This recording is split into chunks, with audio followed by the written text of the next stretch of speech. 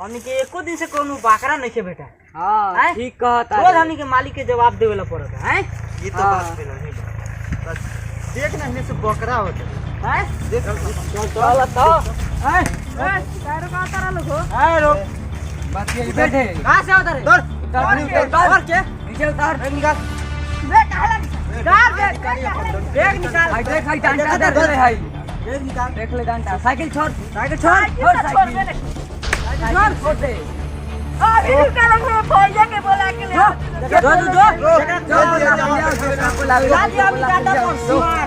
जो याद है देख ली अभी जानता ही नहीं था हमनी के नामियर गांव के गुंडा है अभी हम अकेला ही फरिया ले चल बेगवा में काटी है चल खोलते तनी बेगवा अरे यार बम नहीं ना खोला मोरम कॉपी ओपी नहीं ए साइकिल ये कितना बेचा सही हो ले चलो सब आधा पर चला आज मुर्गा तारू खाई दे ले चलो आधा पर उठा साथी उठा चल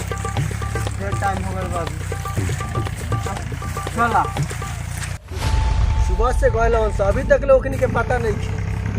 रहा एगो फोन आयल कहाँ से हेलो हाँ बोला तनी बोला हो जाए काम 5 लाख रुपया लागे लास्ट छुपा के हमार गारंटी चला रखा इतना हमारे टाइम नहीं है ठीक बा काम हो जाए ठीक बा अभी तक ले अलन से कहाँ नहीं कहाँ रह गइलन से मालिक अरे और जाके काटी लिया ली सो बेरे से गइले से तो तोनी के पता नहीं है कहाँ चल जाता रहा आज तनी आज इतना दिन से तो कुछ भेटात नहीं रहल आज भेटेला एगो बैग एगो क्या साइकिल का लियल बड़ा साज देखी ने ये तो देखत एगो साइकिल लियल बड़ा हां सा एगो बैग हां कोनो दिक्कत ना भइला ना उ खाली कहला खनु हाँ। कि हम बड़का भैया आवता न लेके अच्छा। आवता न अरे तो याद जाओ हेजा के डेराला तो उहे नु दा दनी हां ई तो हमनी के जिला के नाम ही गुंडा है सर अरे हमनी आके रउआ खाली कह देम नु हां तो हम ये देख ले हां तो तोरा पर अरे हम ही अभी फरियाल है हां हां अरे रह सर हम बानी नु काहे परेशान बनस रह सर हां एकदम तो कह दनी है सर अरे भेज दिए जकरा के भेजला भेजला हो जावेला हाँ, अरे हाँ। आओ हम बानी नु अभी बानी हम जिंदा तोनी के चिंता मत करो हां एगो आइल बाज के डील 5 लाख में लेनी है काठी के डील है लाश गिरावे लगा लाश हां लाश छुपा दे कोनो बात नहीं बस है तू तो थोड़ा तू सा तो अरे हमनी तोनी के के पाए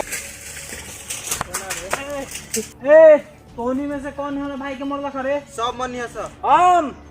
अरे देखो चुप सर आदमी लेखा एगो कोनो बता दो कि हम मनी बता दो बस बात का बारे पहले सुनो बात बता कर हमरा भाई के कौन मरला है तोरा भाई के हां तोनी के मरला सरे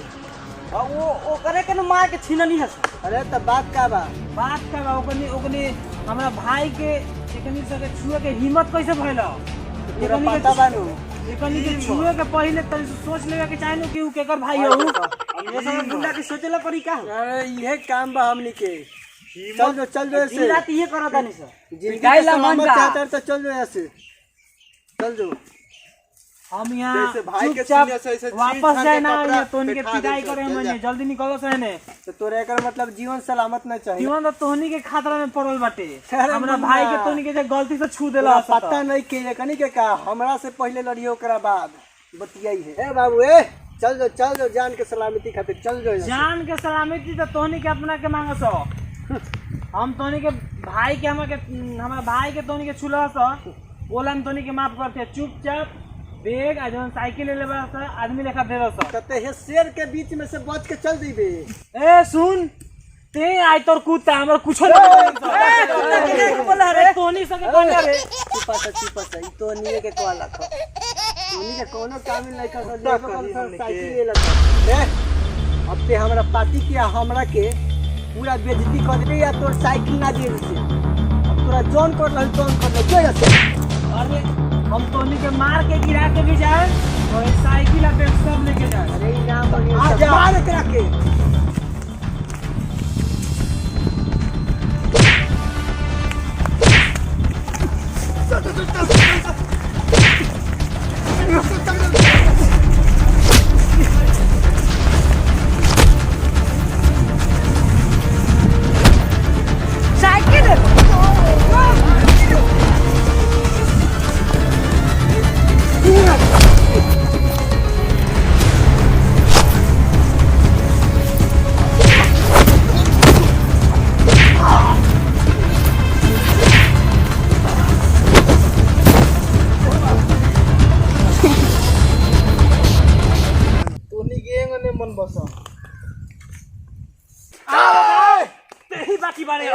गंजी पहला के जो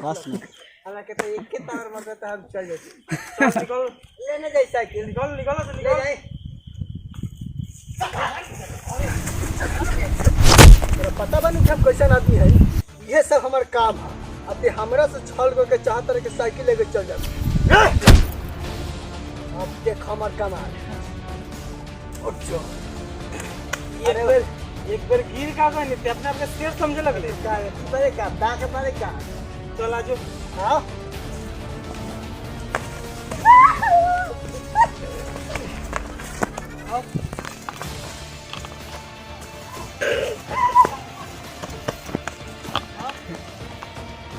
मुर्गा काहे बन कर मुर्गा जो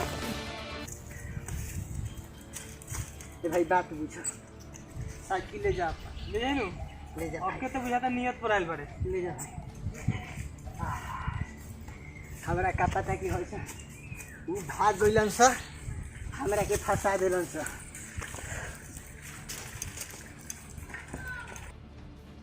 अब साइकिल तक आ अब तोर जान भी सलामत ना रही जैसे अब तोरा जॉन कर ला होके कर ले जो हो जाए तो